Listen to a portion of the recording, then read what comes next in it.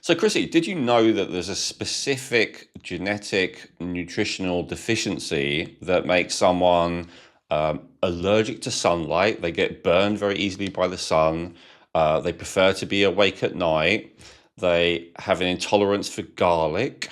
And because they have an issue with heme synthesis, they like to drink. They might like to drink blood. And they are very likely, much more likely than the average person, to exhibit sociopathic tendencies, including extreme aggression and violence. Have you? This sounds like an ex-boyfriend. No. Oh my God, that's incredible. No, I had no idea about that. I cannot wait to get onto this topic. Beautiful welcome, listeners. This is the Rejuvenate podcast. I'm your host, Chrissy Hawks, and you were just introduced to Elwyn Robinson, the creator and founder of Genetic Insights, and also the author of the Rejuvenate Blueprint. And today, if you just heard that, that's what we're going to talk about. In essence, really, it's going to be about depression and anxiety and how they may be caused by nutritional imbalances. So, Elwyn, that was quite an opener. So, talk to me more about this. Well, that's something called Pyrrole disorder. And it relates to a genetic need for way more zinc and B6 because your body, in the process of converting things into heme, it kind of gets stuck at a certain place with these pyrroles that then attach to the zinc and the B6 and then get excreted out of the body. And the buildup of the pyrroles is can be a big problem, but what's a problem before that usually is the zinc deficiency and the B6 deficiency. And so, yeah, I just thought it's interesting that that may be actually where the vampire myths came from. I mean, it's not everything, I guess, like they still have a reflection in the mirror and stuff like that. But a lot of them, like the garlic and the sunlight and they're unable to tan as well. That's another one. So they'd be very pale. They're awake at night. They're drinking the blood. All of this kind of thing. Obviously, not everyone with pyrrole disorder drinks blood, but they would be more tempted to than the average person by far because they're trying to get that heme iron, which they're not able to synthesize for themselves. So yeah, very interesting. But in this episode, we are going to touch on Pyrroles disorder as one of the 5 things, but I want to start with a more of a big picture thing first. So I've been wanting to study more about the connection of different nutritional imbalances, so lack of certain things like zinc and B6 that I just mentioned, but also an excess of certain things like copper that we've talked about in a couple of recent episodes. And also other things that we may not think about, like an excess of folate, for instance. So there are certain minerals and vitamins and even amino acids that if they're low or if they're high, can have a really huge impact on how we feel. And so I want to focus on depression and anxiety because I think they are the 2 by far most common things that people suffer with. It's really prevalent today. It's everywhere, it seems. Yeah. And so as a result of testing out that formula that Jacob shared a few episodes ago with very high levels of zinc, B6, B7, molybdenum, EGCG, and vitamin C.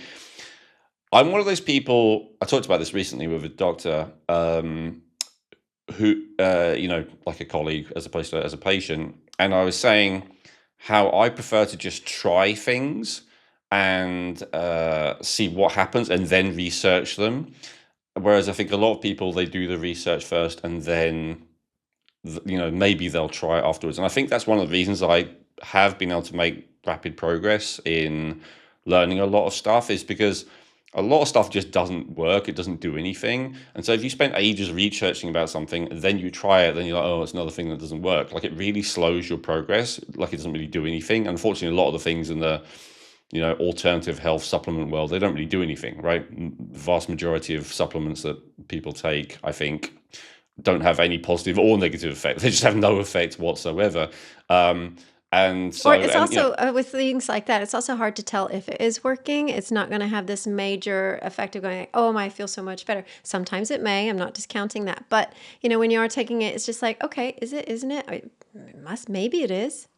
Yeah, there's definitely an awareness barrier as well. You're right. Like some people are very kinesthetically aware, and way more than me. And these very minor changes, they're aware of in their body. Some people are completely oblivious to what's going on inside themselves. And there's a whole spectrum in between. I'm probably on the slightly more sensitive side than Yeah, average, I would say definitely. that for sure. Do you think people can change? Do you think they can get more kinesthetically sensitive? I think there's a genetic predisposition there. It's a good question, but I do also think that yes, they can also become more sensitive. It is both. Yeah. Yeah, and there are nutritional deficiencies, potentially that even relate to that. I think, the neurotransmitter balance is an important factor in that. And in fact, that's exactly what we're going to talk about, the neurotransmitter balance. So, yeah, so it's funny that with depression, especially, the neurotransmitter theory of what causes depression is out of favor. And I've talked about this before, and how inflammation tends to be more brain inflammation thing that's blamed these days. But I've never kind of subscribed to this 100% because in practice, as someone who's tried all kinds of things, both legal drugs, illegal drugs, and research chemicals that are in neither category that most people have never heard of, like a substantial amount, as well as just straight a bunch of different neurotransmitters.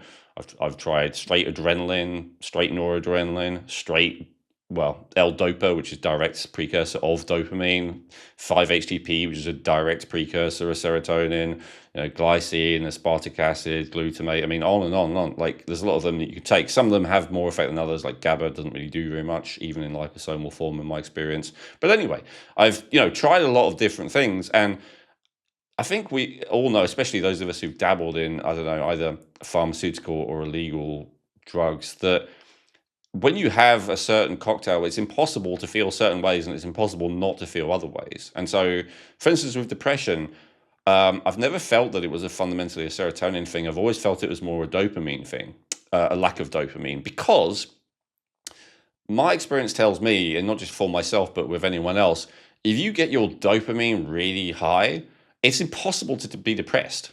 Like manic, yes. Hallucinating, quite possibly. Like, like there's loads of bad things to having your dopamine be excessively high, or being high full stop, potentially, if it's for too long a period. But, you know, find me anyone on methamphetamine who, at the moment of being on methamphetamine, is depressed. It's never going to happen because the methamphetamine just massively jacks up your dopamine, and you're not going to be capable of depression. Now, find me someone on methamphetamine who is anxious. That's easy, right? That happens every day. That happens all the time, and so therefore, but take someone who is on very large amounts of benzodiazepines, for instance, like a Valium or a Xanax, and try and find one of those people who's anxious. And again, it's not really possible. I mean, if it happens again, it just means you haven't taken enough. So it proves to me that there is a significant neurotransmitter component to it. However, doing what I just said is a bad idea. Messing with neurotransmitters with drugs, especially the two types that I just mentioned, are extremely dangerous, extremely damaging, extremely addictive, and extremely counterproductive, even if you don't care about any of that stuff, because they make whatever deficient you had that drew you to that drug in the first place worse, like literally as soon as you finish taking it, as soon as it wears off. If you feel depressed and you take amphetamine, you're going to feel even more depressed afterwards. If you're anxious and you take a benzodiazepine, you're going to feel more anxious afterwards. So it's because both of those things downregulate. So Let me ask you this as well. If somebody, let's say they like the feeling of taking that substance and then like, oh, then it wears off. And then let's just say that it's recreational, but they're going out and they're using it again and again on the weekends, socially, doing those things. That is going to have a long-term detrimental effect to their neurochemistry, correct? yeah, 100%. Yeah, yeah. That's what I'm saying. Severely damaging, dangerous, potentially life-threatening, right? The withdrawal from benzodiazepines, especially, is one of the worst, most difficult ones, probably along with opiates. I mean, alcohol in its own way is very difficult as well. But alcohol is also similar in that it's a GABAergic, like a benzo. So, yeah, I guess those two are the most difficult to withdraw from, GABAergics. Amphetamine withdrawal is no piece of cake either, but it's not quite as bad. So, yeah, those. So that's really convinced me that neurotransmitters definitely play a part with these things. And so now, what about nutrients and their ability to impact these things and toxins? Well, I've talked about this already in other episodes, how lead, for instance, it's kind of going a lot better now, had lead toxicity, and this profoundly impacted how I felt. And some of the common symptoms of it are anxiety and aggression. And I absolutely, or anger, I guess aggression is the enactment of anger. Um, and I relate those especially to adrenaline and noradrenaline. And so I haven't actually seen, I don't think anyone's actually bothered measuring this with lead specifically, but I'm pretty sure it does raise those. But I'd be very interested to see that there are other things that raise it that are actually much more common, and copper being one of them. So copper overload. So copper is necessary in the conversion of dopamine into adrenaline and noradrenaline. And it seems that if you have the more copper you have, the more that conversion occurs. It's not just rate limiting, it is like I just was listening to someone talking about a study where they did this with rats, where they put them on an extremely copper deficient diet for a while, and the ratio of dopamine to adrenaline in their brain like flipped 3 to 1. So there was way more dopamine and way less adrenaline when there was way less copper. And then there was way more adrenaline and way less dopamine when there was more copper. So it makes a significant difference. Vitamin C is also cofactor, oxygen's also cofactor, but the copper is like the main one. So that's interesting that could raise that adrenaline, and that relates to ADHD and stuff like that. But anyway, so as a result of all this experimentation, and especially the recent experiment with Jacob's formula, I decided now I could tell it's actually working. I wanted to understand. Are you saying Jacob's formula is working when you're saying Yes. it is working? Okay. And how long have you been on it now? Off and on for 6 weeks or something. Okay. And you're taking the whole protocol. You're not leaving one thing out because it's I'm definitely not leaving anything out because, yeah, Jacob's very specific about that. But that's interesting because it's just as I interviewed him, it's this random anonymous guy, and so I wanted to look at the more, what's the word, established or authoritative, or just with a lot larger sample size of data, other people's experience with it. And so I remembered someone called Dr. William Walsh, who Dr. Miriam actually introduced me to when I very first started working with her. And she kind of suspected a couple of things with me. I think copper overload was one of them, which I dismissed because I had no evidence of it in any of my tests. And then she also suspected Pyrroles because of my night owl tendencies, which is not actually accurate. Sorry, I just have to include this, and we may edit it out later. But I remember when I first met you, your teeth. That was the other thing as well. Teeth, yeah. So yeah, we haven't even said the word vampire, but yeah. So that's obviously the connection with pyrrole disorder, or Pyrroles, pyroluria as it used to be called. Is that, yeah? So I mean, yeah, especially when I was younger, I was extremely pale. I had vampire teeth. I was only up at night, but I was a vegetarian, so I was not like not like a classic vampire. Yeah, no, took that one off. So yeah, so I looked into his work, and I think initially actually because I was just interested in what he said about copper toxicity, which we'll talk about in this episode. But so I decided to read his book called Nutrient Power, and a few websites talking about his stuff and some forums and stuff, and it was very interesting.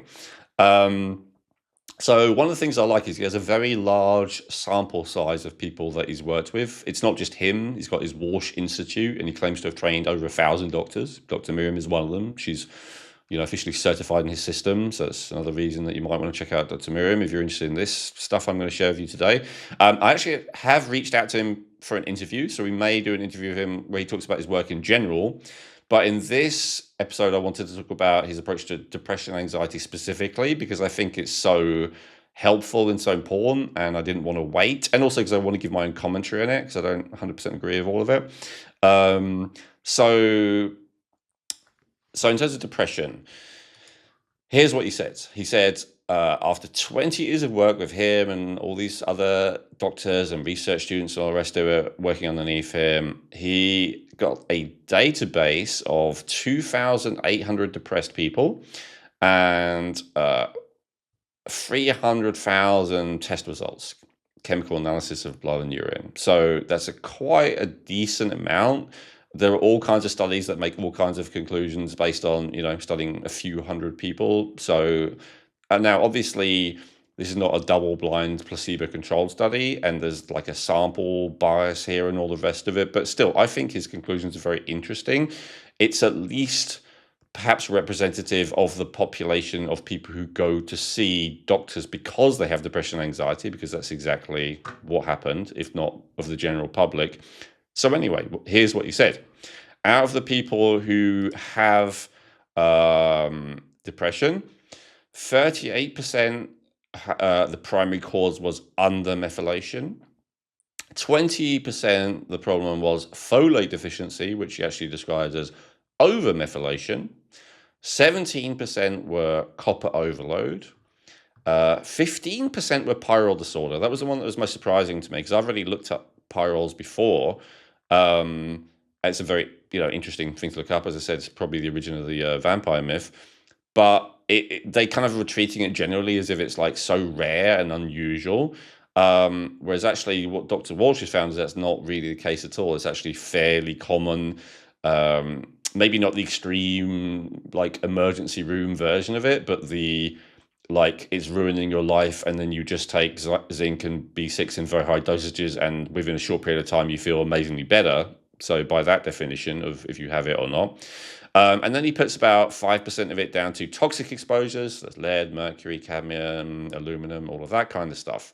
So I'll describe briefly what each of those are. If people are interested in this, we may go into it in more detail. Obviously, I focus more on copper and pyrrole so far because I found them more interesting. But as we said, as I just said, undermethylation and overmethylation are actually the primary things that he found and that he focuses on.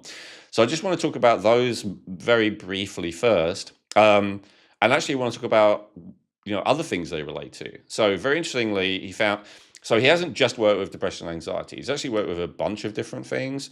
So schizophrenia is one of them, autism, significant amount, anorexia, ADHD, Alzheimer's, things like oppositional defiance disorder, which is exactly what it sounds like, and even antisocial personality disorder, which is, sociopathy. It's actually the first person I found who claims to have made significant ground with healing people with antisocial personality disorder.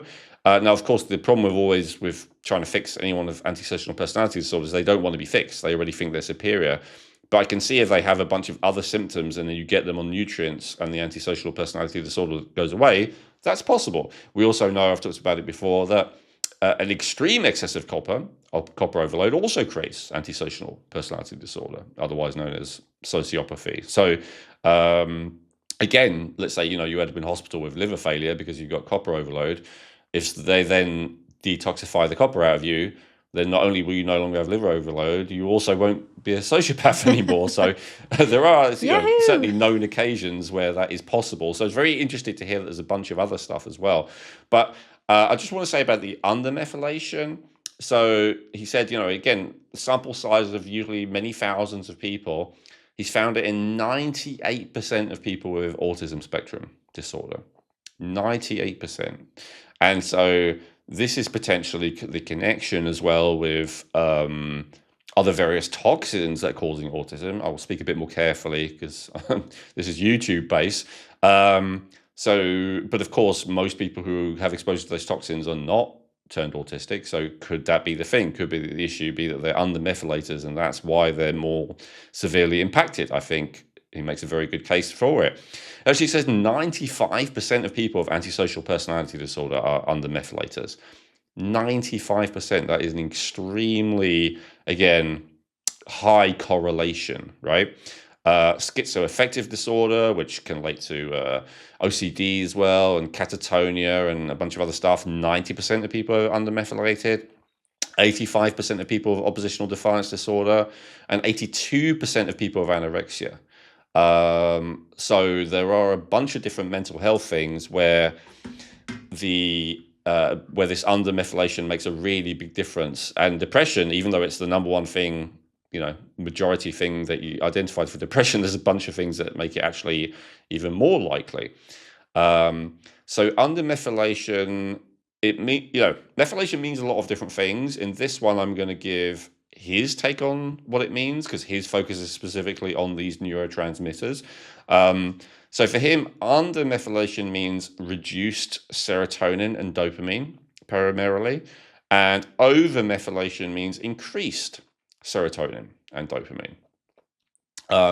As to why that is, I expected you were going to ask me that, Chrissy. Yes, and you know me well. So I don't want to get it wrong. So this is the only thing I want to read, but I just want to read his description of how that actually works. So neurotransmitter transporter proteins, also known as transporters, are transmembrane proteins that quickly remove neurotransmitter molecules from a synapse for reuse in future cell firings. Gene expression of serotonin, dopamine, and norepinephrine transporters is dominated by competition between methyl and acetyl groups at the histone tails. If acetylation dominates, the production of transporters is increased and neurotransmitter activity is reduced. If methylation wins the battle, gene expression of transporters is inhibited, resulting in higher neurotransmitter activity. In essence, nutrients that promote histone methylation are natural serotonin, as well as dopamine and noradrenaline, reuptake inhibitors. So I'll try and explain that a little bit. So serotonin reuptake inhibitors, or selective serotonin reuptake inhibitors, you may have heard of. They're often called SSRIs, and the antidepressants are normally in that category. And so this is because they made this connection rightly or wrongly. And honestly, Dr. Walsh also makes this connection between low serotonin and depression. And I can see where potentially this does make sense, which I'll explain in a little bit. But anyway, I think the fact that it works on both dopamine and serotonin, I think dopamine is the more important factor, but that's my opinion.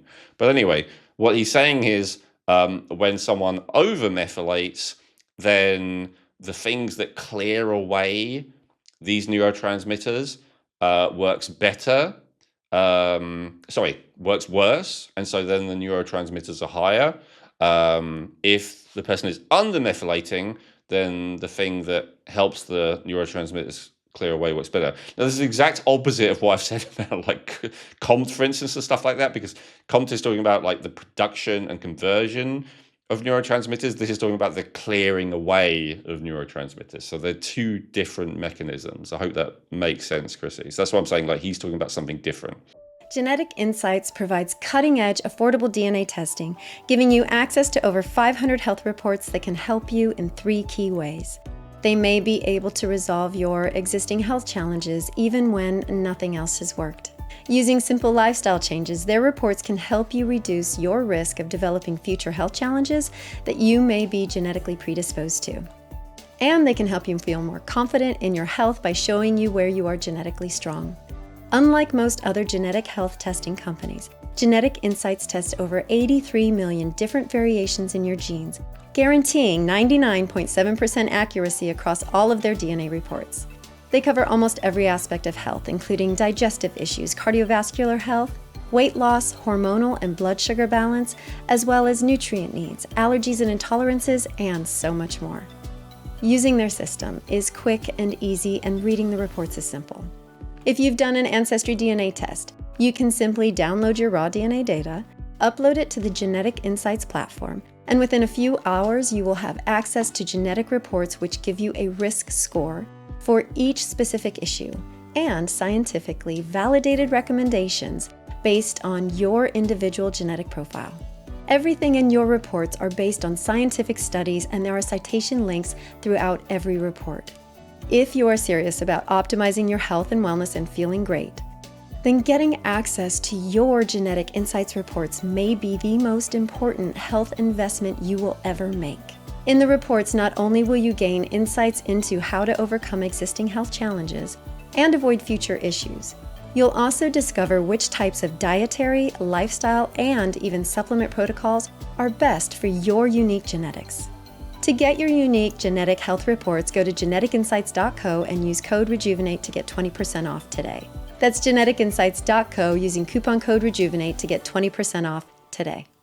Yeah, no, that does make sense. So what you're saying is when somebody overmethylates, essentially the clearing away aspect of trying to get, clean house of those neurotransmitters is not working so well, so there's a buildup of them, correct? Exactly. Yeah. And vice versa. Yeah. And vice versa. Exactly. Yeah. So let's talk about undermethylation to start with. So they have a specific profile. So, and I'm saying this obviously because I know a lot of people watching, and this is going to be, oh, is this me? So here's a list of things. Tell me, and I think he says something like, if I can't remember what it is, but if 30 or 40% of these relate to you, then that's kind of grounds to consider this might well be the case. He does give some lab measurements as well. In fact, let me give the lab measurements first. So if you have whole blood histamine levels above 70 nanograms per milliliter, then that's one indicator.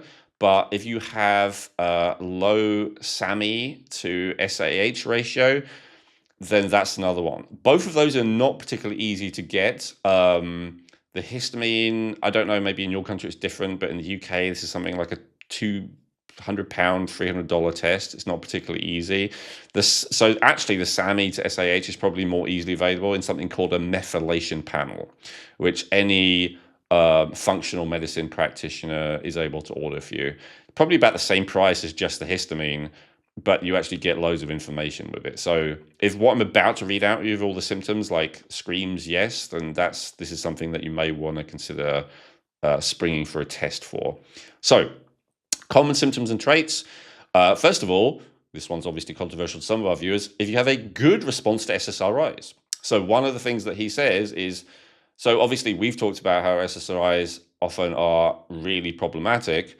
He agrees, but he has a different version of it. He says if you're an overmethylator, then your body already is kind of a natural SSRI. Your body is naturally already keeping things like serotonin high. And so if you then take an SSRI for depression, because again, depression could be related to loads of other things, like brain inflammation or, maybe high adrenaline, maybe you have high copper converting too much of your dopamine to adrenaline. So then you're anxious and depressed, but you don't have, dopamine to give you passion, enthusiasm and clarity and all that kind of stuff, which I think is actually pretty common. He doesn't talk about combinations of stuff, but I certainly see that one. Then you might be given SSRIs and then you might go psychotic because you go from already high serotonin to extremely high serotonin. So, but anyway, if you have a good response to SSRIs, that is a sign of undermethylation. If you actually have a bad response to folate, especially methylfolate form of folate, if you have obsessive compulsive tendencies, history of perfectionism, high levels of inattention, if you respond well, if you've ever tried them to nutrients like SAMI or methionine. So we just said that this person has a high SAH, low SAMI. So people with that, if they take SAMI, it helps to balance them. SAMI stands for S-adenosylmethionine, but basically it's related to that whole methylation thing that we were talking about earlier. This is a crucial one. If you have a tendency to seasonal inhalant allergies, so the overmethylators have a tendency to food and chemical sensitivities, but the undermethylators have high histamine and they have a tendency to more classic actual allergies like pollen, cat hair, all of that kind of stuff. If you are highly self-motivated, also if you have a good response to antihistamines. By the way, for me, spoiler alert, I'm actually the overmethylator, both in terms of test results and my symptoms, which we'll go over those in a minute. And so, like I would get like bothered by things, but every time I tried an antihistamine, it like always made me feel worse. It made me feel dry, especially in the eyes and mouth, which is actually a sign of overmethylating. So I've never had a good experience with antihistamines. I've only taken them a handful of times. But for some people, they obviously, I'm not saying it's a good idea necessarily to keep taking them, but it works, right? It just gets rid of the allergy. Done. So that's a sign of undermethylation. A low tolerance for pain, very strong-willed, high fluidity. So I just talked about a tendency to dryness that I have. So this is the opposite. Tears, saliva, etc. They tend to not have an issue of dryness, undermethylators. They tend to be competitive in terms of their mindset. Now, by the way, some of these, like competitive, high tension, I also relate to, but I realize that's because I have high adrenaline for reasons that I'll just say it, because I had copper overload. So then my body was making high adrenaline, so I kind of mixed it a little bit. So that's where, when you have several things at once, it can confound this a little bit. So yeah. So that's why we say you don't necessarily have to have all the symptoms, but if you have a lot of them. I don't think we're allowed to say this on YouTube. Wishing that life was over. You can say that. Yeah, I think you'll be all right with that. Addictiveness. Not much leg, chest, and arm hair. A calm demeanor. Denial of depression. Frequent headaches, family history of high accomplishment, non-compliance with therapies. I guess that relates to that oppositional defiance thing that we talked about earlier, which relates to undermethylation. Rumination about past events, and yeah, oppositional defiance as a child. So if you were frequently in detention, suspension, if you're always in trouble as a kid, that's a classic sign of undermethylation as well. So this is a specific type of depression. And so from Dr. Walsh's perspective, what the problem is here is that you have a lack of serotonin and dopamine. And so things that raise both will make you feel better. I'm still of the opinion that the dopamine is more important, because when I've taken things that increase serotonin, okay, it was bad for me, but also when I've been around other people, I think it's possible to be high serotonin and still feel depressed. I don't think it's possible to be high dopamine and feel depressed. So that's why I think dopamine is the more significant factor with that. But, serotonin, like we talked about, in excess, it's really problematic, right? It can make you narcissistic, psychopathic, violent, all kinds of stuff, suicide, all of that kind of stuff. But, in a moderate level, what it is kind of like it's a dampener, it's a number, right? And so I can see the undermethylators. Now I'm kind of picking up on history of perfectionism, all that kind of thing. Undermethylators do have a tendency to make a big deal about things. That's my my way of viewing it. And so I can see that a bit of serotonin, like a bit of numbing, a bit of not everything is such a big deal, might actually be appropriate. It's just obviously too much of that is also, not great. It's like the world isn't even real. That's kind of how you can feel if you have a lot of serotonin. But a little bit about not everything is super important. Maybe that's some of the value that serotonin potentially has. Like a little bit of numbing, basically. You don't want to be too numb, but a little bit of numbing.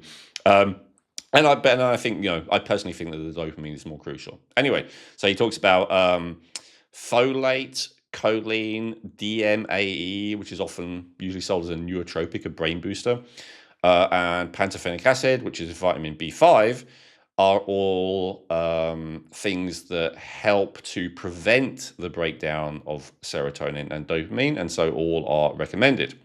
He also recommends tryptophan and 5-HTP, which are the direct precursors of serotonin.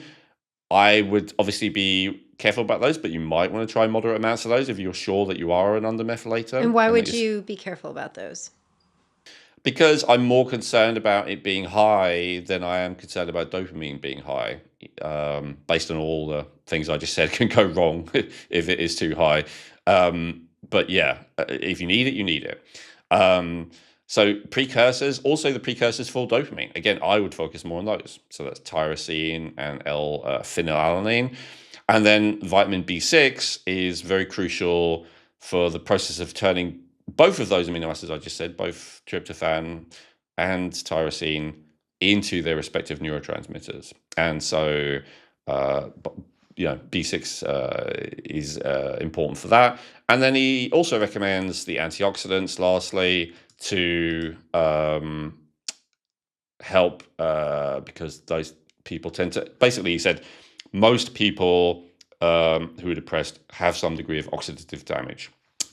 Now, I was going to say something, but I'll wait until we get to copper. Okay, let me finish with overmethylation next. So, overmethylation.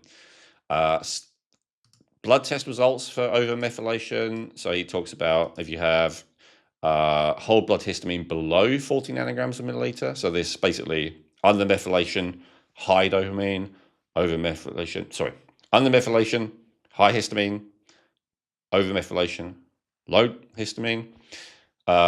With overmethylation, elevated SAMe to SAH ratio. So again, the opposite. And with this one, he also adds an absolute basophil count below 30. So basophils are a type of white blood cells that actually are commonly included in the CBC.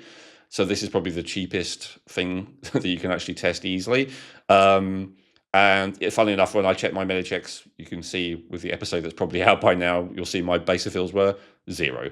So that's another indication of that I'm probably more the overmethylation type. And so they actually, again, tend to be more non-competitive, sensitive people. They like to help others, all of that kind of stuff. So I think I do have those traits. I just have the adrenaline as well. So I have a little bit of both. But yeah. And so, yeah, here's a list again. So they feel better with methylfolate. They get bad reactions to SSRIs. They'll feel a lot worse.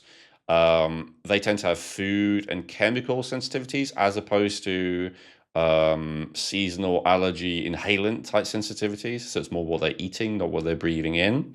They tend to feel better on things that reduce anxiety, like benzos, like we just talked about. They tend to feel worse with antihistamines. They have a tendency for high anxiety and panic, even panic attacks and stuff like that. Oh, I didn't read out the list yet. Let me pull that up. This is so fascinating to me. Yeah, so for overmethylation, there's no like 90+% like I did for the undermethylation, but we do have here panic and anxiety attacks. So people with full-blown, panic disorders, 64% are overmethylators. People with paranoid schizophrenia, the main quality of that, I'd say, other than the hallucinations, which is what everyone thinks about, but it is this constant fear. That's really what's part of schizophrenia as well. That's another sign of, 52% of those are overmethylated when you tested. 28% of people with ADHD. I think ADHD is not necessarily overmethylation. Copper toxicity is another obvious culprit on that one, but still. 23% of behavior disorders. So again, the ones that relate more to anxiety. And 18% of depression. So this is generally more where there's anxious, so the person withdrawing from the world and feeling sad and stuff like that, but it's probably more because of anxiety as opposed to like sadness and futility and all the rest of it being actually at the root of it, would be my take on it.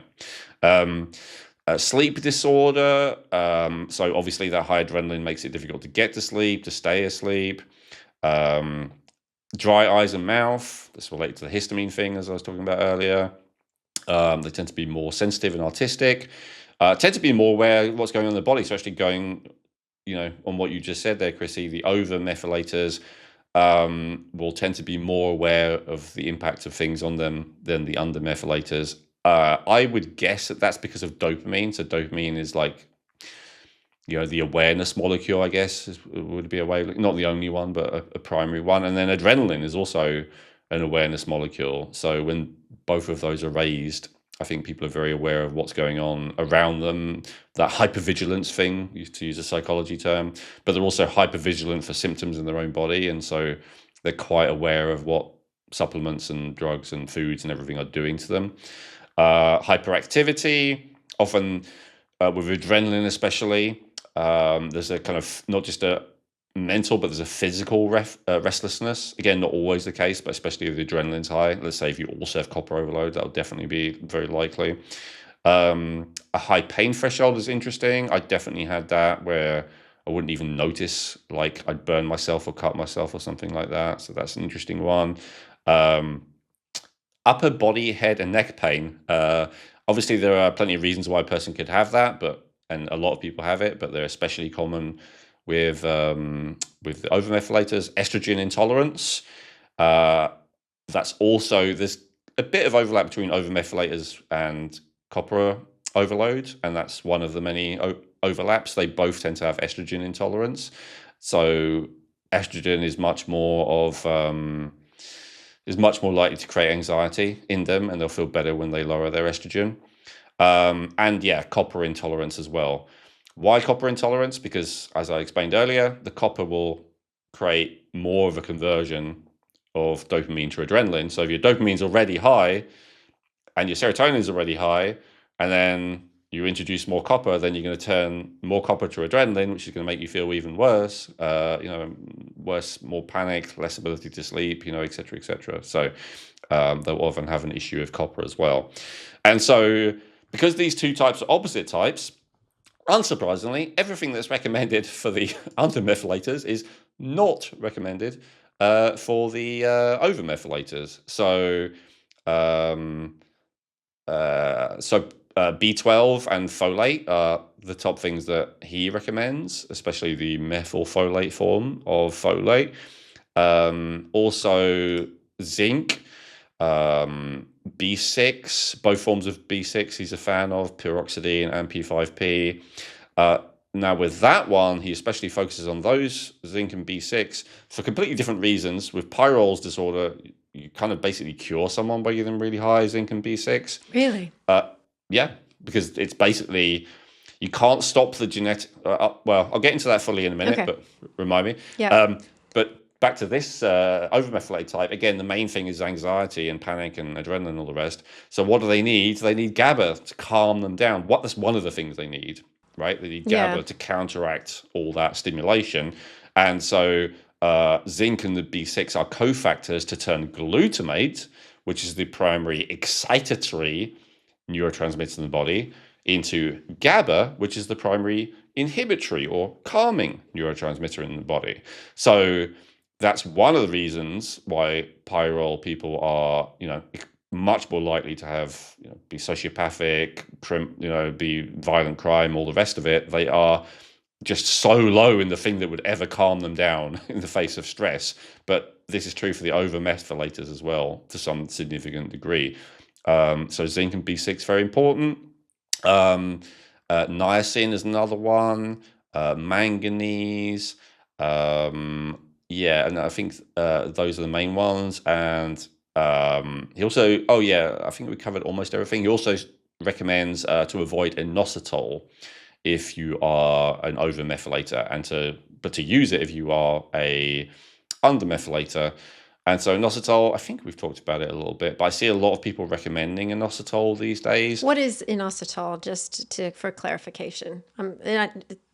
Yeah, it used to be classed as a B vitamin. It's actually a type of carbohydrate, and it's most commonly recommended for PCOS, but it's also recommended for fertility. It's also recommended, there's a certain form of it that's recommended for types of cancer, obviously spuriously, because nothing nutritional could ever work for that. And but I've seen it often recommended on social media for people with, for ruminating thoughts, anxiety, depression, stuff like that. And so I just wanted to bring up that possibility that just because you heard someone say it, it might actually be making things worse if you are, this particular type. So it might not, but I'm just saying it's something to consider and test rather than just taking it because someone told you that it's good for you, potentially. And so now I've kind of skipped over those a little bit in terms of the recommendations, but the idea being just following those nutritional recommendations will make a huge difference to how you feel. And maybe I haven't explained enough why that would be the case, because that's why I started talking about the illegal drugs thing in the beginning.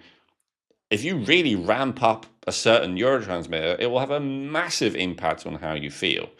Now, if you give your body the building blocks to make a neurotransmitter and the cofactors to make more of a neurotransmitter, and also you either increase or limit the thing that breaks down the neurotransmitter, you're going to make a big impact on how you feel. And this is something that we need to be aware of. And I know I've talked a lot about supplements, but there's an impact of this on food as well. But I want to talk about the food connection after we talk about the next one, the copper overload. The copper overload is what we want to talk about next. But I know some people, they don't want to hear about supplements. Like it makes a difference to how you feel. I'll just touch upon it then. So, Well, just to go back to that comment, you'll touch on it in a sec, but they may not want to hear about supplements, but let's educate about the cofactors, because you can find those in food, which you will touch on later. So if they don't want to, but those cofactors, those building blocks, those vitamins, they are the cofactors to make these neurotransmitters. So no matter what, you still need them. yeah, absolutely. And yeah, so let's talk about the overmethylation for a second in GABA. So, um, there's a lot of nutrients that are higher in animal foods, but two of them we just touched on as being super important. And I just want to focus on one actually. So we said zinc and B6 is really important in order to make GABA. So and GABA is especially important for an overmethylator because they tend to be high in dopamine and serotonin. And it's even more important for someone who also has copper overload, which we'll get into, because they're going to have high adrenaline and noradrenaline as well. So they got all of these things. Now, if you lack that cofactor to turn glutamate, which is really quite abundant in food, if you look at most protein sources, it's like, like the number one. Maybe gelatin and collagen is one of the exceptions, but most protein sources, the number one type of amino acid is glutamic acid, which is the same as glutamate, which is an excitatory neurotransmitter. And if you do not have enough zinc and B6 to convert a decent amount of that into GABA, you're going to be stimulated, you're gonna find it difficult to calm down, even if you don't have any of these other things. Even if you don't have too much serotonin or dopamine or adrenaline, just that glutamate to GABA balance is really important. Now, it is really difficult to get enough zinc from plant sources, as we talked about, and it's actually difficult to get enough zinc from even vegetarian sources like dairy and eggs. Like, you really need actual animal flesh, and there's not even that much zinc in most types of fish and shellfish. Obviously, exceptions, like it's really high in oysters. And especially if you look at the ratio of copper to zinc, which, as I said, we'll get into in a minute, it's really only meat, both white and red meat, that has like high levels of zinc that would make up for either a deficiency like that is built up over time, or that will make up for a genetic need for that high level. So to go back to the pyrolurics for a second, the people with that genetic tendency that I said are kind of a little bit like vampires, although no offense, pyrolurics, I know it's not fun having that disease, but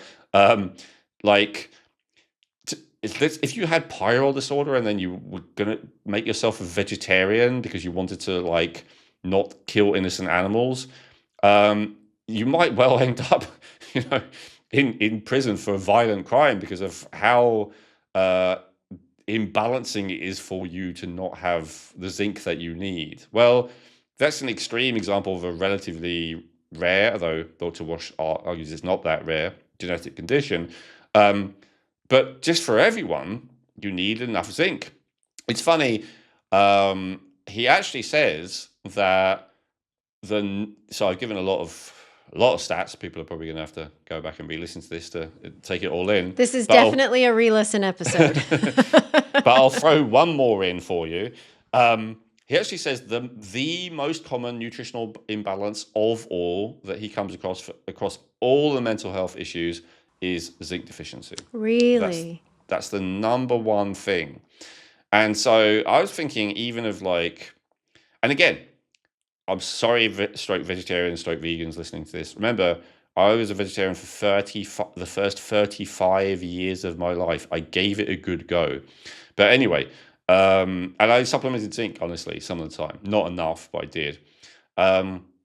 So the story of Cain and Abel, right? The person who preferred the plant foods was the murderer. It's like, it's this general tendency that is kind of quite commented on that vegans especially tend to be very angry, and often they're angry, because they're against the cruelty against animals, which I 100% agree with. I've talked about this before.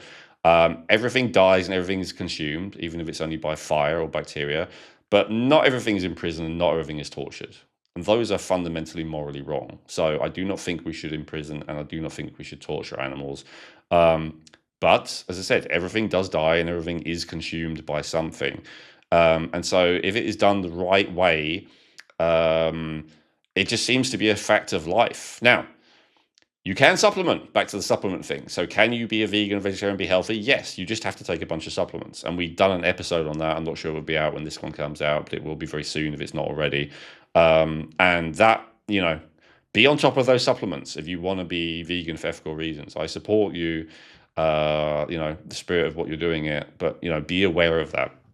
So zinc deficiency, super important, but before I talk about that more, let's talk about copper, because they're, really related. So first thing is, all right, so he said about 18% of people in that sample size that we talked about, elevated copper was the primary cause of the depression. Now, out of those group of people, over 95% were women. That's, by far the most common. I think there's a few different reasons for that. One of them is that estrogen will tend to make you hold on to more copper. There's this correlation between estrogen and copper. But I think another one potentially that Jacob talked about in the interview a few episodes ago is that women bleed regularly and men do not. And so there is this antagonistic relationship between zinc and copper, but there's also this antagonistic relationship between iron and copper. There's a little bit complex. I did an episode on this before. I've learned a lot more since. There still doesn't seem to be a consensus 100% on everything, but what everyone does agree on is that there is an antagonistic relationship between them. And anyway, with frequent menstruation, you are losing generally more iron than copper. And so I think that's the reason why, one of the reasons why women have copper buildup, other than estrogen, why it's much more common in them. But there is another category, and Dr. Walsh doesn't talk about this, but there is another category of people that's far more likely to have copper overload, and it is long-time vegetarians and vegans, for the reason that I was just talking about before. Pretty much most natural foods are reasonably high in copper to one degree or another, depending on a lot of different factors. It's if you listen to the RDA of copper being 1 milligram, it's actually quite hard to have a diet full of natural foods, a healthy balance of diet full of natural foods that isn't actually over 1 milligram of copper, whether it's plant-based or animal-based. Whereas it is not particularly easy to have a diet that meets your 12 milligram recommendation of zinc. I think we've shown a few examples of that. Even not necessarily among a vegetarian, right?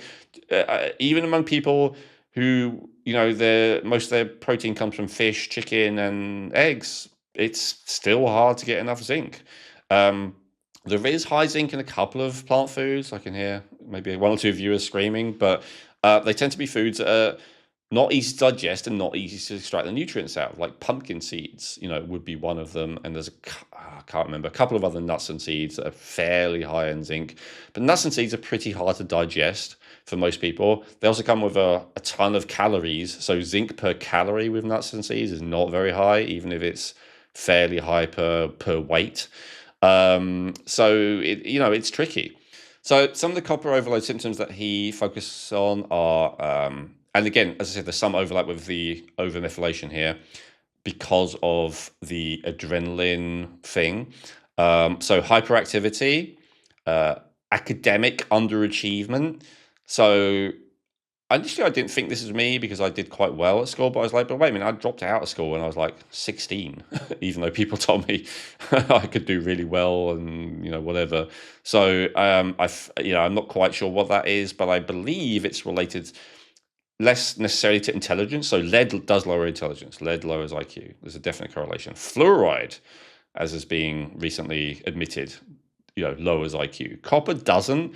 but it does make you much more likely to be ADHD, which means that you tend to not do well in formal learning settings where you have to sit down and sit still and you have to read a book because it's on the syllabus or whatever. Like, that's not how ADHD people like to learn.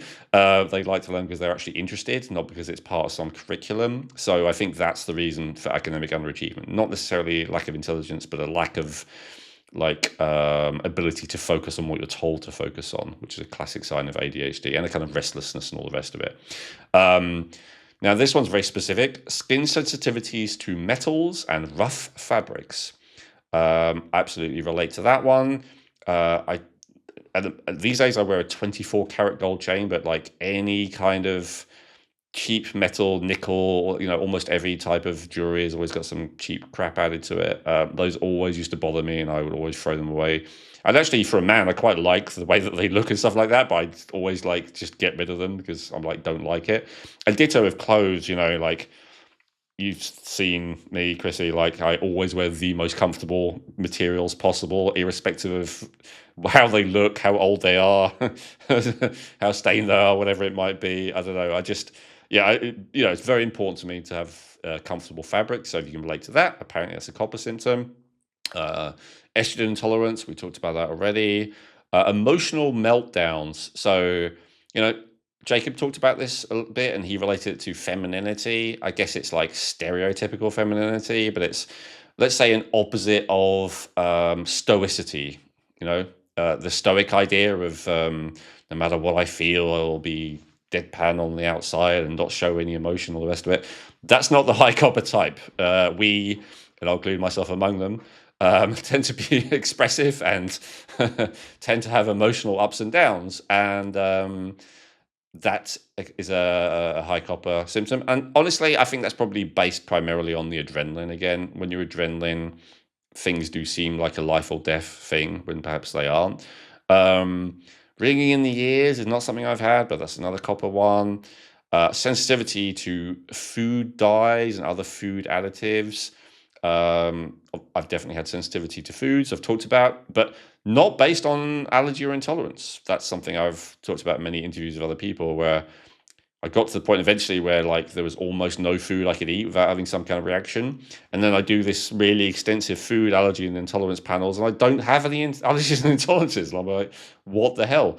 So that's, again, it kind of talks about that overmethylation where you don't have high histamine, so you're not likely to have IgE and IgG reactions to things, but you do have the reaction to it, and so that's more of a copper thing. You're especially going to have an issue potentially with high copper foods, although not necessarily, but like chocolate, for instance, is a classic high copper food. And nuts and seeds would be another one that's classic high copper food. Certain shellfish, and I think, on this list, intolerance to shellfish is another symptom of copper overload. High anxiety, obviously. Sleep problems, obviously. Adverse reaction to supplements containing copper. Well, yeah. Although there's a bit of a from what I've noticed, not just myself and other people, that's not necessarily always the case, because when you're an adrenaline junkie, when you take something that increases the adrenaline, sometimes you can think that this is great.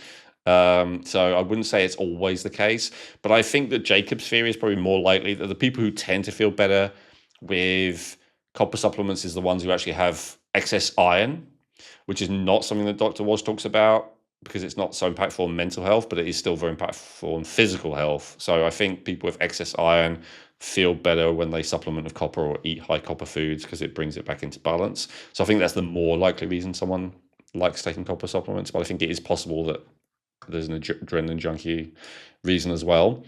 And abnormal menstrual cycle, another copper toxicity symptom.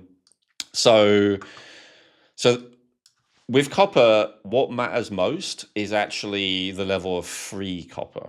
So, and this is actually something I'd never tested before, Chrissy. So Okay, this is yeah, why I've never heard of free copper before. It's like when we've done the NutrEval, I just see copper and things like that. So what's the difference?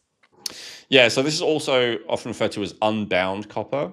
So there's a bit of obviously there's a big argument in the nutritional world about copper. There's a bunch of people who think it's the best ever. When we did that episode with Dr. Smith, and he talks about copper toxicity, there was loads of people saying, yeah, copper ruined my life, but there was loads of people others saying copper's brilliant.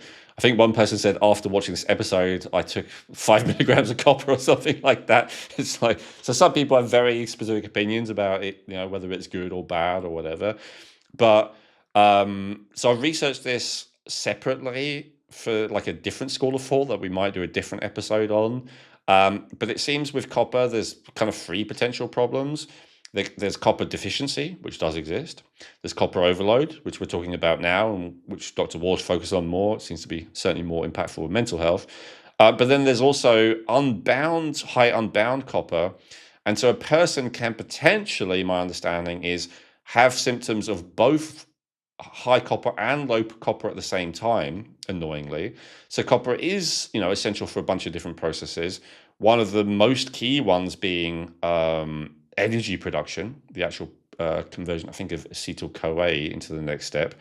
But copper is also, similarly to iron, this kind of highly corrosive substance that causes oxidative damage, free radical damage, unless it is contained.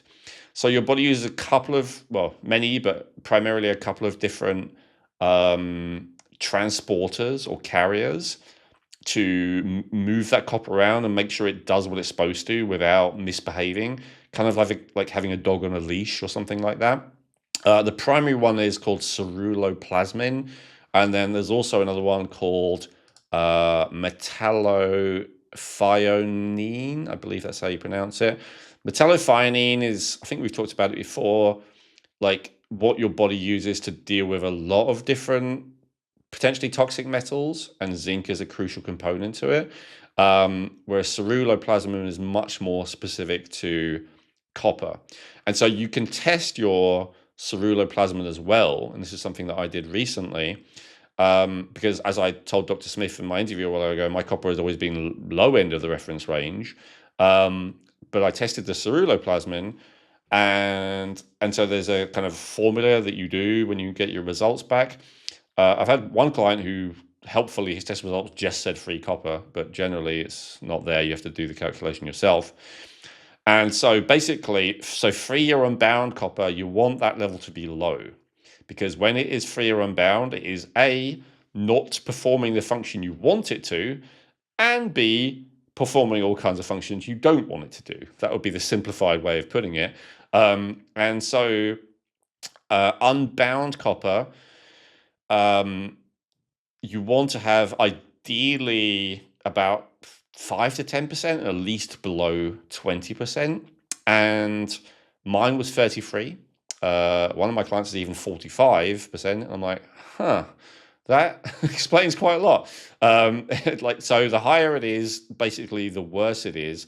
And so there are kind of different approaches to how to deal with that. So Dr. Walsh's approach is much more on increasing zinc specifically, and also B6.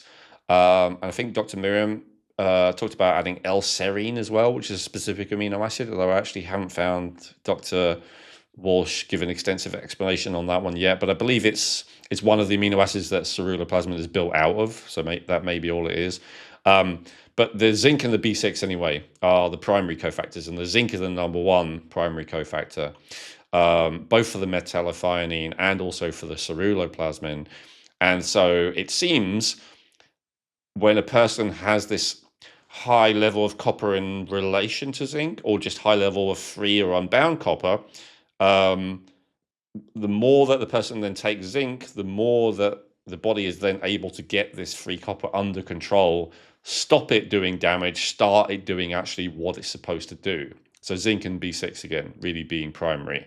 So it's interesting about zinc and B6, how both in the case of copper toxicity and the case of pyrrole disorder, and to a lesser degree also for overmethylation, are like crucial ways of resolving all of those. And zinc and B6, the guys watching are probably more likely to have taken a zinc B6 supplement, because there was the famous ZMA back in the, I think, 80s and 90s, even a bodybuilding supplement, because there was some study that showed that zinc, magnesium, and B6, which they shorten to ZMA, like really helps to boost testosterone.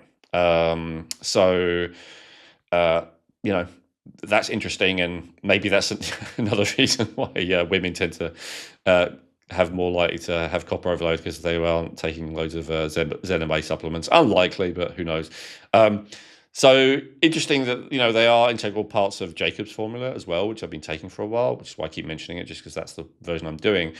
Now, what was interesting to me is for copper toxicity, I tried having the kind of levels of zinc and B6 that Dr. Walsh recommends. Didn't really do anything. Didn't find any significant benefit from it. So even though I found much more like understanding through Dr. Walsh's method, I have to say, in terms of actually treating the issue, so far for me, Jacob's one seems much more effective. Now, with copper overload, he does talk about, so he prefers the gentle way, which is just increasing the ceruloplasmin and the methionine with zinc and B6, but and maybe some other cofactors just to help with the oxidative damage, like vitamin E and maybe vitamin C. I think a couple of other things like that. Glutathione as well, potentially. I think he likes NAC, N-acetylcysteine, as a glutathione precursor. But anyway, it's kind of more of a fundamentally on a focus on zinc and B6. But he does talk about, you can take chelators. The usual medical ones like penicillamine have all kinds of really severe side effects and should only really be used in the case of medical emergency, is his opinion, and mine as well. But he does talk about a specific form of molybdenum, which is also sometimes medically used, called tetrathiomolybdenate. And thio is like thiol, which is a type of sulfur compound, which generally does bind to metals. So this is why people with metal toxicity often feel worse when they take high thiol foods like garlic and onions and stuff like that, or if they have like thiol supplements, like alpha lipoic acid, for instance, famously makes people with metal toxicity feel a lot worse because it moves metal around. But it seems like this particular thing, which is, I guess, for thiol groups bound to molybdenum, is very clinically effective at chelating and getting this copper out quickly. There is, of course, potentially a problem with that, though, getting it out quickly, because you could get it out too quickly. Maybe then the iron ratio goes too high. It doesn't really help the issue with the fact that the body doesn't necessarily have too much copper, it just has too much free copper. So I can see how Walsh's approach generally makes sense. But as I say, I just never found it very effective. So I think so far the formula that Jacob talked about with, so yes, high levels of zinc and B6, higher actually than Dr. Walsh recommends, plus the molybdenum in much higher doses than anyone else recommends to actually transport the copper out. That seems to be effective so far in my limited experience. Plus the EGCG to stop the iron getting out of control. And then he uses zinc, B5 and B6. And Dr. Walsh has an interesting take on B5 and B6 as well, about how you might want to have high levels of both to keep things in balance. So I'll talk about that before we finish. So I can see how that can potentially be very effective. Speaking of women, he does talk about this as well. Postpartum depression. So Right. Yeah, that's a big one. So copper, again, is essential for a bunch of stuff. And as a woman's hormones go up during pregnancy, the copper levels in her bloods actually double during that period as well. And that's okay. That's just part of the process. But what he says, he claims that postpartum depression is actually, a lot of it is down to, well, again, what's the primary cause of depression, in my opinion? Low dopamine. What's one of the reasons why dopamine would get low? Too much is being converted to adrenaline. And how does that happen? Through excess copper. So his take on that is that some women are not able to clear that excess copper out quickly enough after they give birth. There is also the fact that when you're breastfeeding, if you're breastfeeding, your prolactin stays very high during the time you're breastfeeding. So you already have that prolactin suppressing dopamine. If you then also have a copper overload converting what little dopamine you have into adrenaline, then you're going to be in the situation where you feel both highly demotivated and highly anxious and overwhelmed at the same time, which could obviously, relate to depression, but also, violent thoughts. And there are women who want to kill the baby, infanticide, and all this kind of stuff. That sometimes, certainly thoughts of it are commonly a part of postpartum depression. So I think, the possibility that there is simply nutritional balance causing a neurotransmitter imbalance as the root of that is definitely very feasible. And so And just to if go back to that point of where you're saying about the infanticide and things like that, when you laid everything out so far, it's like, oh, okay, that can really make sense, especially how this internal chemistry is. There's things that could just be going on that, if we looked at these, it could potentially address it. Yeah, absolutely. And so, and again, I just want to reiterate for a second, and this sounds hard to believe, that these major issues that medical professionals seem unable to treat a lot of time, or unable to treat without causing severe side effects, could be so easily resolved with, nutrients you can get easily available anywhere. And of course, it isn't always that simple. I think one of the reasons is because you can often have several things at the same time. So, for instance, if I were to, out of, and we haven't talked about the last two yet, but out of the 5 different things that Dr. Walsh identifies for depression, I have 3 of them. So I have overmethylation and free copper overload and toxic metal overload in the form of lead. So, and to some degree, they give different signals and symptoms. And so if I was only treating one, it might not work very well, or it might actually make it worse because there's an opposing effect here. So I think that's where things can get a little bit complicated. And sometimes, it's not as simple as I'm making it sound. There might be a bunch of other confounding factors, and that's why it is good to actually work with someone who knows what they're doing and understands all this and knows what they're talking about. But it often can be as simple as this. I've said this probably more in interviews and other podcasts than on this one, but I am frequently surprised how often correcting a simple nutritional imbalance has a profound effect on people, much more than I initially thought. In an ideal world, you'd meet all of your nutritional needs in the form of vitamins, minerals, phytonutrients, and more from the foods you eat. However, unless you prepare all of your food at home from scratch using the highest quality ingredients possible, the reality is that most of us need some nutritional support. Most of us need to take supplements if we want to look, feel, and perform at our best on a consistent daily basis. And this is especially true if you have genes that give you an elevated need of certain nutrients. And this is where Feel Younger can help. What I love about Feel Younger is that they offer a huge range of quality supplements and healthcare products formulated and endorsed by Owen Robinson, including must-haves like magnesium glycinate and vitamins B12, D3, and K2. And they do it at affordable prices with free shipping for orders over $50 without ever compromising on quality, purity, or potency. To learn more about how Feel Younger supplements can give your health a boost while supporting this podcast, please visit feelyounger.net and use promo code Rejuvenate to get 20% off your first order. That's promo code Rejuvenate for 20% off your first order at feelyounger.net. And that goes back into the Rejuvenate blueprint. I know genetics is first, so that's what we're born with, but the second is deficiencies, the nutritional building blocks. So, and, laying it out here so specifically, and what we've done as well in past episodes, it absolutely makes sense. And that's why it's so important to bring that to our listeners and everybody. And I'm getting educated all throughout the time, and it's made me think about things in such different ways, of especially just going back to the other episode when we were doing about deficiencies, where we went on the chronometer and we looked at food, we looked at diet, and we were looking at the nutritional values that we were getting. So now when I choose the meat that I eat, because I am a meat eater, I'm like, oh, maybe I'm going to go for that one because that's going to give me some more nutritional density. It's like I'm making different choices, which is, it's good. It's really, it puts things in a different light, a different perspective. Awesome. Yeah. Like based on actual facts and data rather than opinion, right? Yes. Yeah.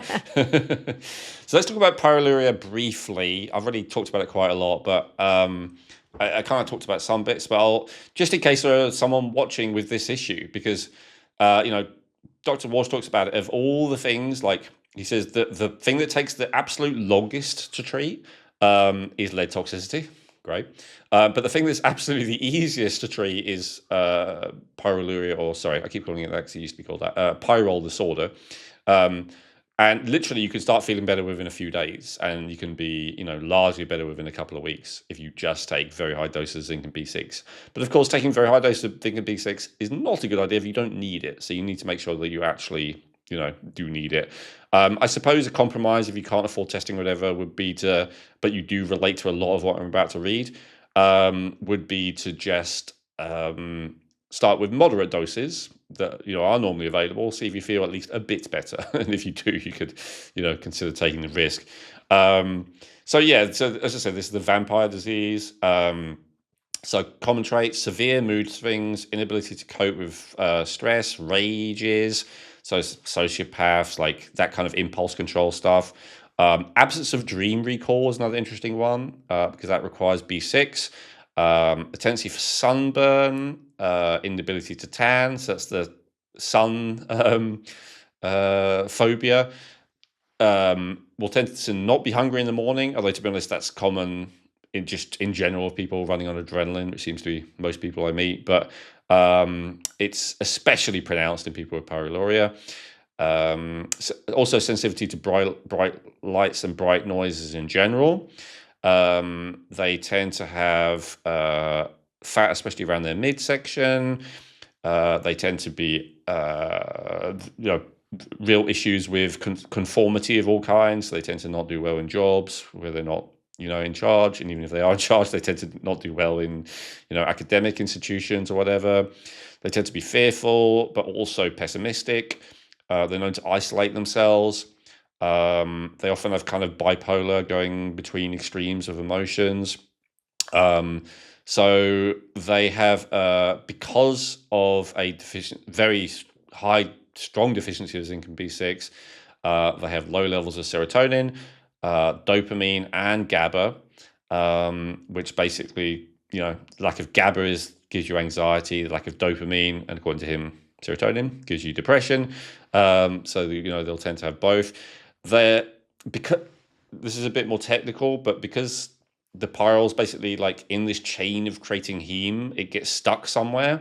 That place that it gets stuck creates a lot of oxidative damage. So if you generally have the signs of it, which would even show up in blood tests as HSCRP, lipid peroxides, high MPV, things like that, those would also, this is not Dr. Walsh, but I would say that those would be classic signs of it. And yeah, I mean, treating it, simple as high dose zinc. And when I say high dose, no, obviously, Are you again, don't talking do like, this. yeah, 50, 100? I mean, like, what's high? Probably like over 100 milligrams of zinc and over 100 milligrams of B6, something like that. And again, case by case, and ease into it gradually. And so toxic metals, we've really talked about a lot. I'll quickly, tell you what Dr. Walsh says about it. Classic symptoms: abdominal pain and cramping, depression, but kind of more intermittent, increased irritability. That's especially true of lead. Like hallucinations and stuff is especially true of mercury, or delusions. Headaches and muscle weakness, low energy. And so, yeah, I don't know. We talked about this a lot before. The other thing I really wanted to share, which I thought was so interesting, and that's going back to the B5, B6 thing that I said I'd talk about before Yeah. we finish, is this. Okay, so the neurotransmitter nutrient relationship. So the nutrients that he says raise and lower activity of each of the primary neurotransmitters that he focuses on. And I think he focuses on most of the important ones in my mind. And he actually talks about 5, but I'm just going to focus on 4, which is the 4 that we've actually talked about. So serotonin activity. No, actually, let's do it by nutrient. That might be better. Okay, so B6 raises levels of serotonin and dopamine and norepinephrine. and actually epinephrine. So sorry, let's use the English term, adrenaline and noradrenaline. So all of those are potentially increased by B6. So this is why potentially if you take B6, you might feel better in some ways and you might feel worse in other ways. You might feel worse when you take B6, even if you need B6 for different reasons, because it's increasing the synthesis of those neurotransmitters. So you might have too much serotonin, you might have too much adrenaline, and you might potentially feel worse. The only one in this list it doesn't raise is GABA, but every other type it does. B5, on the other hand, decreases activity of all of those. It decreases activity of serotonin, dopamine, adrenaline, and noradrenaline as well. So it's interesting in Jacob's formula, he uses high doses of both. And I wonder if that's because he found, I suspect that he might be a type that has high dopamine and adrenaline and stuff, to be honest, an overmethylator like me. And so if you then like take high B6, you're going to feel even worse. So he might have found in practice that when he takes the high B5, it just takes the edge off things and A calms things balance in down. a way, right. Yeah, potentially. And did you mention, does B5, what does it do to GABA? Nothing again. Nothing. Okay. Yeah. No input on that one. So yeah, serotonin, so dopamine, adrenaline, and noradrenaline are all in the same family. They're called catecholamines, and they're all like one turns into the other. So it goes from phenylalanine to tyrosine to L-dopa to dopamine to noradrenaline to adrenaline. That's all like a chain. And then serotonin is separate from tryptophan to 5-HTP to serotonin to melatonin. So it's a different chain, but a lot of the enzymes are related, like MAO, for instance. A lot of people have heard of MAO because of like MAO inhibitors. And so they're all kind of related, whereas GABA is like a completely different thing. It's not involved in any of that. So that's why all the nutrients are different as well, or almost all of them. So what about vitamin C? So vitamin C decreases the activity of dopamine. It also increases the activity of adrenaline or noradrenaline. So I said that copper is the number one thing that converts dopamine into adrenaline or noradrenaline, but vitamin C is the number two thing that does that conversion. So still, that could be a reason why you might feel worse with more vitamin C, especially if you already have more copper. It's just increasing that conversion to adrenaline. And it might also be why you feel better. Like that, it's less common, but there are some people where they have high dopamine and low adrenaline. And so, in that case, it would actually make you feel better. Because adrenaline and noradrenaline are kind of more energizing, right? And if you really lack just basic energy, then, you could potentially make you feel better. So obviously, hopefully, tyrosine and phenylalanine will increase the activity of dopamine, adrenaline, noradrenaline because it's a building block of it, right? It's a precursor. It's what it's made out of. Similarly, tryptophan and 5-HTP will increase serotonin, again, because it's a building block. It allows your body to make more, and all other things being equal, it will make more when it has more of the raw building block to make it. Now, interestingly, vitamin B3, specifically in the form of niacinamide, he identifies that as decreasing activity of serotonin, dopamine, norepinephrine, and epinephrine, noradrenaline and adrenaline.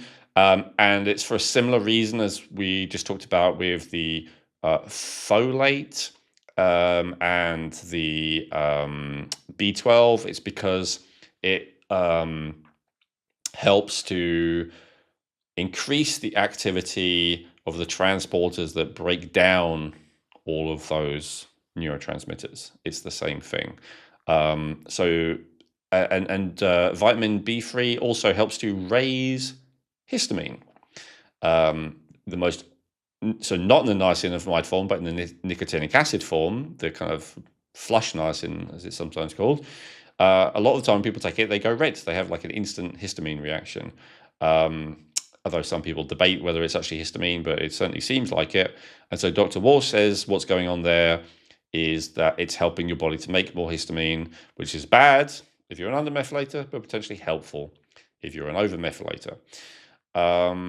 And what else? Yeah, interestingly, so calcium and magnesium Dr. Walsh identifies as both things that increase serotonin as well as vitamin D. I know Ray Peat would disagree with that, who is a big fan of calcium and vitamin D, but that's what Dr. Walsh says. What else in terms of minerals? Yeah, manganese will actually reduce dopamine. That's quite interesting. Manganese is, again, this kind of argument among the fringes as to whether it's actually an essential nutrient, but it is necessary for ATP production. So I do class it as an essential nutrient. And then, zinc, especially useful for GABA. And so the only one actually that has an impact on all of them is vitamin B6. And so this is interesting because a lot of people are kind of down on vitamin B6 again in the kind of worlds I'm in because of its tendency to create neuropathy in excess if you have a lot of it. And so there's different opinions as to why that might be. According to Dr. Walsh, the issue with neuropathy will only show up in people who do not need the B6. So if you have sufficient levels of B6, and maybe that would even correlate, in his mind with like if you already have high levels of the neurotransmitters, for instance, that maybe that would make it more likely you have B6, or other things being equal, then you're more likely to have that. If you have a need for B6, then you are more likely to not have that as a symptom. I'm not convinced about that. I think, from my experience, actually, that Jacob's theory makes more sense. So what he says is that it kind of pulls more copper and iron from receptors, and that's the reason why people might have neuropathic symptoms, because both of those things are, at least if they're free and unbound, oxidative and potentially damaging to the nervous system and to the nerves. And so I think that's more likely, because my lived experience is when I sometimes had neuropathy symptoms from high doses of B6, and I obviously needed it because I had, like low levels of GABA, for instance, and I'm feeling much better. Now I am doing even higher doses than before, but I'm doing it as part of that protocol. Right, but you also said B6 doesn't raise GABA, though, right? I said that zinc and B6 are Zinc and involved B6 in together. raising GABA. Okay. Right. Sorry. Yeah. Okay. Yeah, either could potentially on their own, but both of them are essential. I think in the case of GABA, the B6 is more primary than zinc. I think it's the most primary one of all. This is really, really good. Very, very helpful, especially if, any of those symptoms lists or, that people resonate with. So this is something to consider, something to look at and to investigate. But yeah, I like where you were going to go. You're going to break it down, kind of tie it up in a bow for all of us. So yeah, I would recommend Dr. Walsh's book. It's called Nutrient Power. He also has the Walsh Institute, where I think you can, there's like a list of practitioners near you if you're interested in working with someone, which is probably a good idea unless you're, got a quite deep understanding of all this stuff. You can also reach out to Dr. Miriam, frequent guest and collaborator on this show. And hopefully we'll have Dr. Walsh on soon. But yeah, so just tie it up in terms of, if you have depression and anxiety, if you feel like you relate to... Yeah, I was going to say, if somebody does do that, where would they begin? Where would they start? What are the steps? So that depends. So ideally, that's why I started with that. Find a practitioner who actually understands this in detail. If that's not possible, or you're just allergic to anyone with a doctorate or whatever it might be, then which I know some people are, especially men, seem to really be resistant to talking to doctors. Then yeah, you can do it yourself. If it's really clear that this is the one I relate to and not these other ones, then the good thing about this is it's pretty easy and safe to actually test these things. We're talking about like taking things like, magnesium or vitamin B6 or zinc. These are not like radical things that are dangerous like most pharmaceuticals. So you could just try it, honestly, as long as you are moderate. And the amounts that Walsh tends to recommend are moderate doses. So that would be the other thing that you could do. A third option is that you can test for all these things, and that would be my recommendation. Whether you do it with a practitioner or not with a practitioner is test, don't guess. Every single thing that I listed, there is a test for. In the case of the undermethylation, as I said, I recommend the methylation panel, specifically the SAMe to SAH ratio. In the case of the overmethylation, same thing.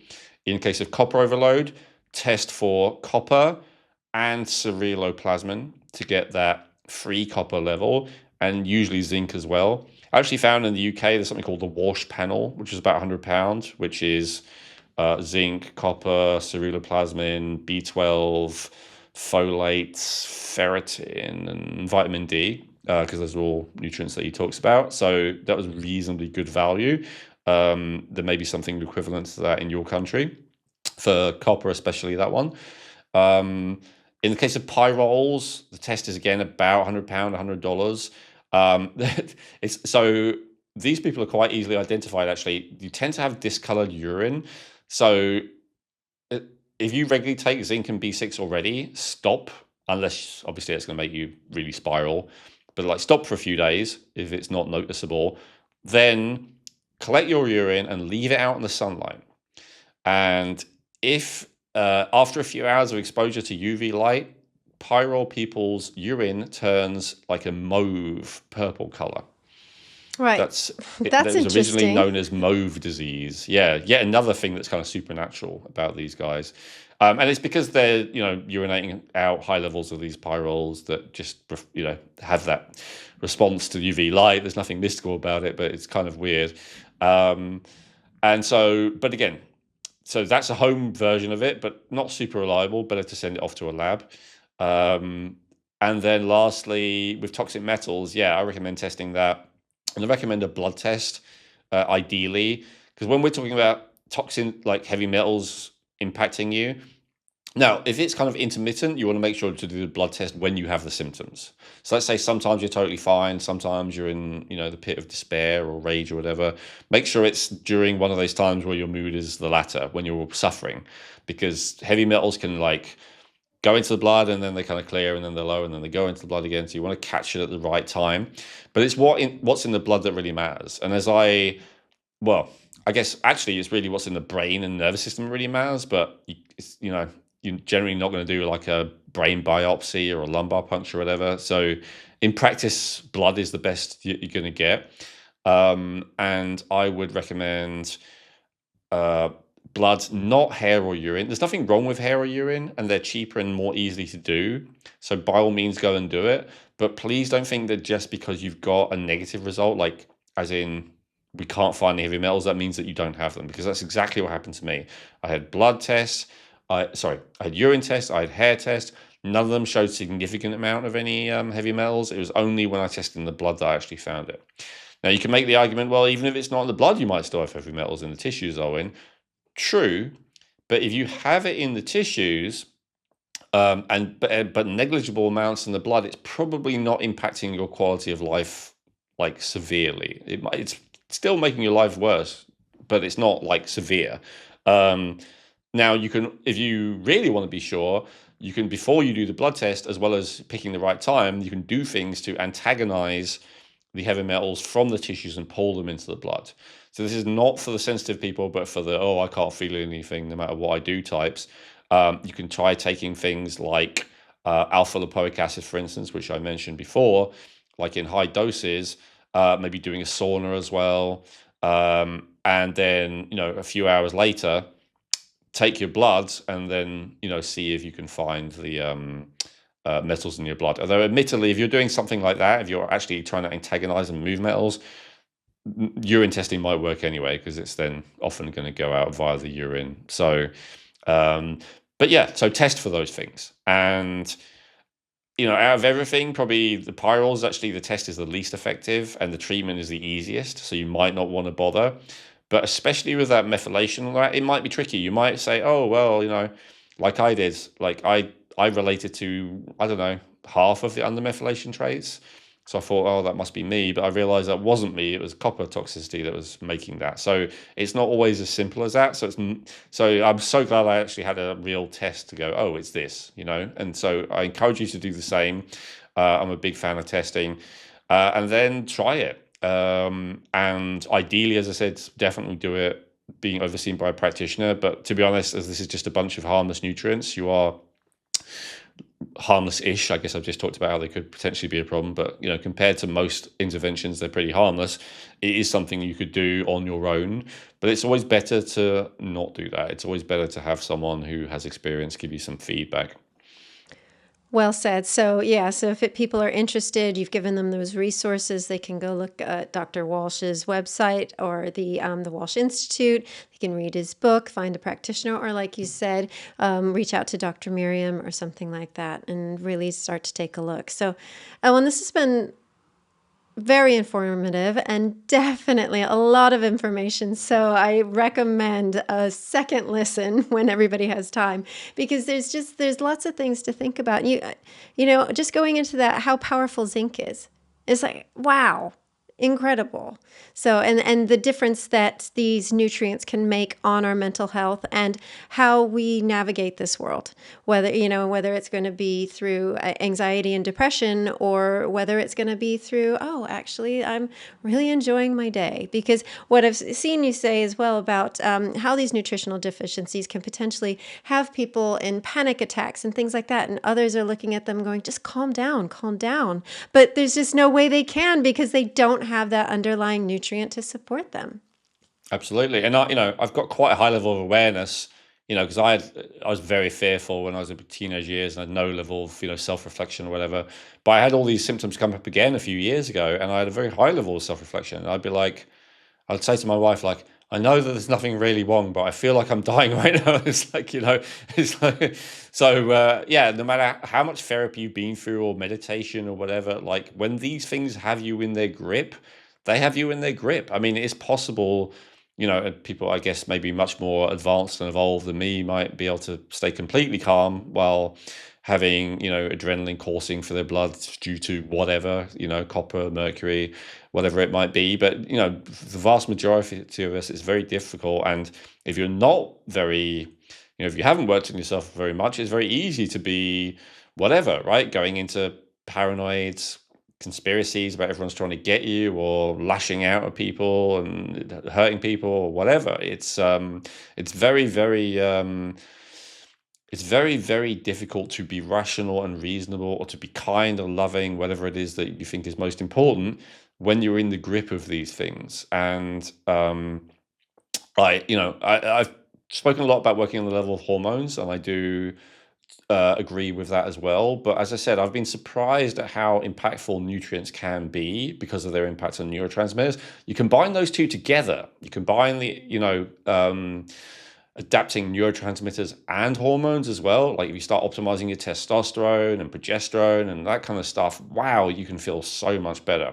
The one other thing I want to say before we finish, Chrissy, is please share this podcast with people. We're putting out more and more clips as well, like shorts on YouTube, the X platform and Instagram, and I think even TikTok now. So if the kind of people you're friends with, you can't share a 2-hour podcast to them, they're just not interested, maybe just share some clips to them. But please help us grow the podcast, because for your own benefit, because it helps us get more prominent guests. I don't know if Dr. Walsh is going to be willing to come on. He seems to have a big institute of thousands of people. He may do, he may not. And if he doesn't, it's only because the podcast isn't big enough. So help us get bigger so we can get the best guests on. Fantastic. Well said. And lovely listeners, if you like this episode, let us know. If you've got questions, let us know that too. Leave it in the comments. Please remember to hit the like and subscribe button and the bell icon so you don't miss an episode. And we'll see you next time. Hey, thanks for watching the video. If you enjoyed that, I recommend watching our latest episode, which you can do by clicking above. And make sure to subscribe, like the video, comment, and share with anyone who you think might appreciate it. Thank you.